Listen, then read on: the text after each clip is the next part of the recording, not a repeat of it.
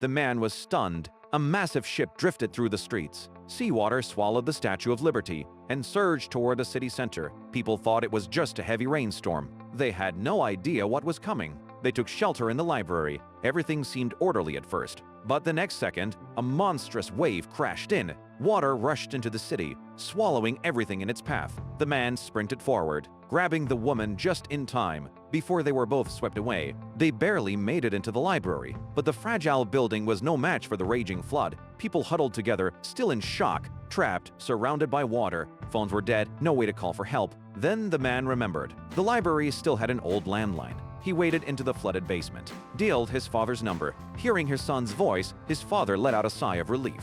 He warned him over and over, stay inside. The world was plunging into a new ice age. Temperatures were about to drop fast. And sure enough, snowflakes started falling. The floodwaters Francie saw it in no time. People outside began fleeing the city. The ones in the library wanted to leave too, but the man stopped them. No one believed him. Most of them walked out anyway. They braved the freezing streets, struggling against the bitter cold. His father traced the route on the map. Anyone south of the storm still had a chance to escape, but for those in the north, it was already too late. Only a few people remained in the library. Temperatures kept dropping. To stay warm, they burned whatever they could find. They smashed vending machines, gathered whatever food was left, but it wouldn't last long. Huddled by the fire, they clung to whatever warmth they had left. Meanwhile, the father and his team were caught in a blizzard. They could barely see ahead. Then, bam!